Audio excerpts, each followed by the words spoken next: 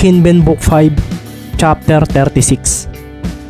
Sa bahay na ni Nerer naghapunan si Ricky. Makalipas nga rin ng ilang minutong kwentuhan tungkol sa basketball, ay nagpaalam na rin ang binata kay Sir Ronaldo at kay Jero na tuwang-tuwa pa rin sa kanya. Pinirmahan pa nga niya ang jersey nito at napapangiti na lang si Ricky dahil parang sikat na basketballista ang datingan niya sa kapatid ni Rer. Good luck sa laban ninyo bukas. Manunood ako sa Coliseum para makita ko kung paano ka maglaro.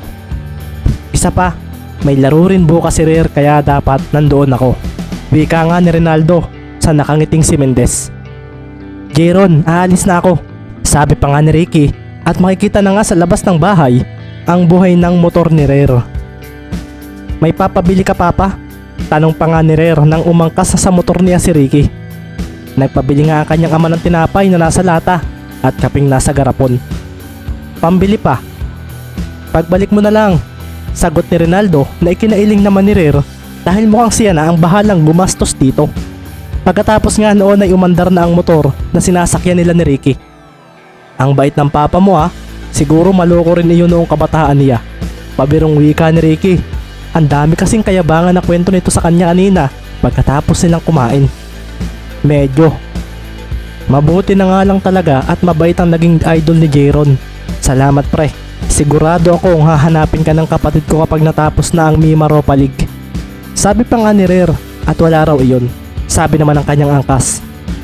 Si Calvin ang dating idol ni Jeron kaso siya rin na nag-introduce sa iyo kaya nagbago ang idol ng kapatid ko. Kumbaga binugaw ka ni Calvin. Nangingiting wika na lang ni Rer. Kilala na ako ni Calvin?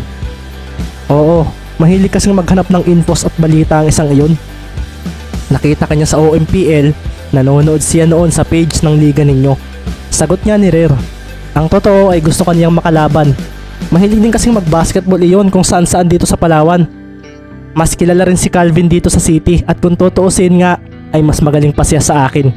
Kaso tama rin nga lang ang isang iyon at parang walang magandang objective para maglaro. Naglalaro lang siya kasi trip niya. At dahil gusto ng papa niya. Ang papa niya rin kasi ang manager ng team namin. Pero hilig ba niya talaga ang basketball? Tanong nga ni Ricky na medyo napaisip kung paanong tama rin si Calvin. Parang hindi daw kasi niya iyon naramdaman kaninang umaga nang kakampi niya ito. Dati kasi nagbasketball lang siya dahil sa babae. Kasi mahilig iyong babae sa basketball. Naging sila kaso hindi ko na alam kung okay pa sila. Huli kong balita ay hindi na nagpakita yung GF niya sa kanya nang nagpunta ito ng Manila. Parang iniwan siya sa ere. Nawala na sila ng komunikasyon at kasabay noon ay parang tumamlay at tumamad sa pagbabasketball si Calvin. Pero magaling pa rin naman siya, kaso parang may kulang sa paglalaro niya. Kwento pa nga ni Rer at si Ricky ay medyo napatingin sa malayo dahil may kakilala raw siyang naglaro lang dahil sa babae. Pero okay naman siya kanina noon naglaro kami O baka mali lang ako ng pakiramdam? Tanong pa nga ni Ricky at lumabas na ang sinasakyan nila sa highway. Napangiti naman si Rer ng marahan. Kahit ako nagulat din sa laro niya kanina. Baka dahil kakaiba ka Ricky na maglaro. Kahit kasi sa team namin ay hindi ko nakitang ganoon si Calvin. Matagal na rin nga nang makita kong ganoon ng isang iyon. Siguro kung magiging ganoon muli si Calvin, baka mas lalong lumakas ang team namin. Gusto kong magkaroon uli siya ng magandang motivation. Ang totoo kasi niyan, pareho kami ng gustong mangyari sa basketball career namin noon. Kaso, dahil nga sa nangyari sa love life niya, ay nadamay rin ang will niya sa basketball. Wala na siya dapat dito sa Palawan. May isang team kasi sa Maharlika nag-offer sa kanya kaso hindi na siya tumuloy dahil may nangyaring hindi maganda sa kanila ng kanyang GF. Tumigil na nga ang motor ni Rer sa tapat ng hotel na tinutuloyan ni Ricky. Nagot ako nito kay Calvin, ang dami kong nasabi sa iyo. Sabi nga ni Rer na natatawa na lang. Pero nasabi rin naman niya ito kay Ricky dahil ramdam niya mapagkakatiwalaan ito. Huwag kang mag-alala, wala lang sa akin iyon, tsaka wala naman akong pagsasabihan. Sige pre, magkita na lang tayo sa court kapag magkalaban na ang team natin. Mukhang ilang games pa bago magkaharap ang ating mga teams. Good luck sa game ninyo bukas. Malakas ang kutob kung matatalo ninyo ang Marinduque. Sabi pa nga ni Rer. Sige Rer, babawi pa ako sa iyo. Natatawang wika ni Ricky dahil naalala niya ang nangyari sa one-on-one nila ni Rer kanina. Puro shooting ang ginawa nito laban sa kanya at iyon na naging dahilan upang matalo siya. Parang in-expose nito ang kanyang kahinaan at mangyayari raw talaga iyon sa mga susunod nilang laban. Hindi ko alam kung paano ka babawi kung 1-on-1, pero hindi ako papayag na bumawi ka. Sabi nga ni Rare na nag-peace sign pa kay Ricky bago patakbuhin ang kanyang motor. Pagkatapos noon ay pumasok na nga si Ricky sa entrance ng hotel. Advantage nga ng mga shooters ang pagiging maliit ko. Isa pa, hindi ko mahuli ang timing ni Rare. Nauunahan niya ako kapag aagawin ko na ang bola. Halatang alam na rin niya ang galawan ko. Isa pang iniisip ko ay siya ang playmaker ng kanilang team. Nasabi na nga lang ni Ricky sa kanyang sarili habang naglalakad papunta sa elevator, papunta sa floor kung nasaan ang kanilang kwarto. Kinabukasan, ito na nga ang ikalawang game day ng Mima Europa League. May 3 pares ng teams muli ang maglalaro at tanging ang Romblon lang ang walang laro ngayong araw. Unang ang game sa Coliseum ay ang laban sa pagitan ng Marinduque at ng Calapan City. Nasusundan naman ang unang laro ngayong liga ng Puerto Princesa City kontra sa tumalo sa Palawan team na Oriental Mindoro. Sa hapon naman gaganapin sa PSU ang ikatlong game na kung saan ay ang Occidental Mindoro team at ang Palawan Falcons ang maghaharap na siguradong marami na naman daw ang manunood. Marami na naman yung tao sa loob ng venue sa pagpasok ng team ng Calapan na makikitang nakasuot ng puting jersey na may asul na disenyo. Ang makakalaban naman nilang Marinduque Moriones ay nakasuot ng maroon at makikita na nga ang pagpasok nito sa kabilang entrada. Ang mga manonood nga ay napatingin din kaagad sa team ng Calapan, lalo na kay Ricky Mendez na ginulat sila noong nakaraan. Dahil nga sa nangyaring iyon ay marami ang pumusta sa team ng Blue Phoenix sa game na ito. Sa likuran nga ng mga players na nakaputi ay makikita naman si Coach Cervantes na nakamaong pants at blue na polo shirt. May salamin din ito sa mata at makikita nga rin ang dalawa niyang assistants at si Larry Dizon na alalay lang sa paglalakad na may hawak na notebook. Mula naman sa kabilang bench, sa team ng Marinduque ay makikita ang kanilang coach na isang 40 plus ang edad. Maganda pa ang katawan at kung pagmamasdan ay parang kaya pang maglaro. Siya nga ay si Coach Gerald Velasquez. At matapos nga niyang kausapin ng kanyang team, ay napaseryoso na lang sina Sus ng Marinigion. Hindi tayo pwedeng matalo rito Ron. Mahinang wika nga ni Sus at ang mga kasamahan nila ay napakuyom ng marahan. Mag-warm up na kayo, sabi nga ni Coach Velasquez, at dito na nga nagsitayuan ang kanyang mga players. Makikita na nga rin ang pagpasok sa loob ng court ng mga taga-Calapan at makikita ang hiningi agad ni Romero ang bola mula sa kanyang isang kakampi. Pagkasambot nga ni Maki noon ay seryoso siyang napatingin sa basket. Itinira niya ang bola nang hindi tumatalon at hinalit noon ng basket. Walang kasabit-sabit iyon at makikita naman ang pagtira rin ni Baron sa kabilang pwesto na kung saan ay bumanda pa nga ito sa board bago pumasok sa basket. Mukhang init na init nang maglaro si Kuya Maki at Baron Kung sa bagay, ejected si Kuya Maki last game. Si Kuya Baron naman ay hindi nakalaro noong crucial minutes. Sabi nga ni Ricky sa sarili habang nagpapatalbog lang ng bola sa tabi ng kanilang bench. Natapos na nga ang warm up at makikita na nga ang pagpila ng dalawang team sa gitna. Kung pagmamasdan ay mas malalaki pa rin ang players ng Marinduque dahil maliit lang sina Suarez at Mendez. Pero kung aalisin ang dalawang ito ay masasabing match lang ang laki ng dalawang team. Si Baron niya at Maki ay pasimple na lang na tinapik ang kamay ng mga kalaban at nagpunta na kagad sila sa bench. Si Ricky naman ay napakausap pa ng bahagya kina Ron at Sus nang sila ang magkatapat. Team game na ito Mendez, kaya hindi na mangyayari yung kagaya ng laro natin kahapon. Sambit nga ni Ron at tumango naman si Ricky. Inaasahan na naman daw niya ito sa dalawa. Kaso, ito ay kung makakaya raw nilang sabayan ang dalawa niyang kakampi na sigurado siyang puputok sa larong ito. Samantala, mula naman sa bench ng Calapan ay makikita nga ang pag-ikot ng tingin ni Larry Dizon. Hinahanap nga niya sa likuran ng bench ng kalaban ang isang babae, kaso hindi raw niya ito makita. Kasabay ng paghahanap niyang iyon ay ang pagbabalik na ng mga players sa kanilang bench. Si Baron nga ay napatingin kay Larry na nakatingin sa bench ng Marinduque. Hoy, anong tinitingnan mo sa kabilang bench? Napupugian ka ba sa mga naroon? Sabi ni Baron at si Larry ay agad na sumama ang timpla ng mukha ng Marinigion. Gago, hindi. Wika ni Larry at napatingin naman siya kay Ricky na napatango naman sa kanya.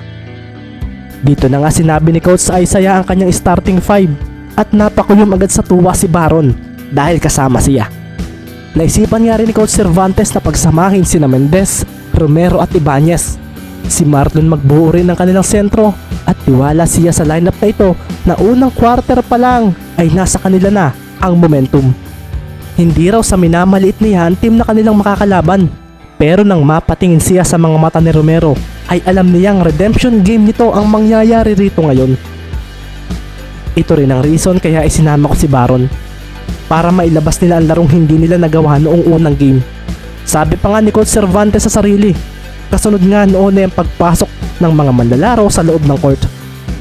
Ito na nga rin ang nagpaseryoso sa mga manonood dahil kasama na kaagad si Mendez sa loob ng paglalaban ng lugar. Ibang starting five naman, magkasama si Ricky at Maki. Mukhang tagilid na kaagad ang kalaban nila rito.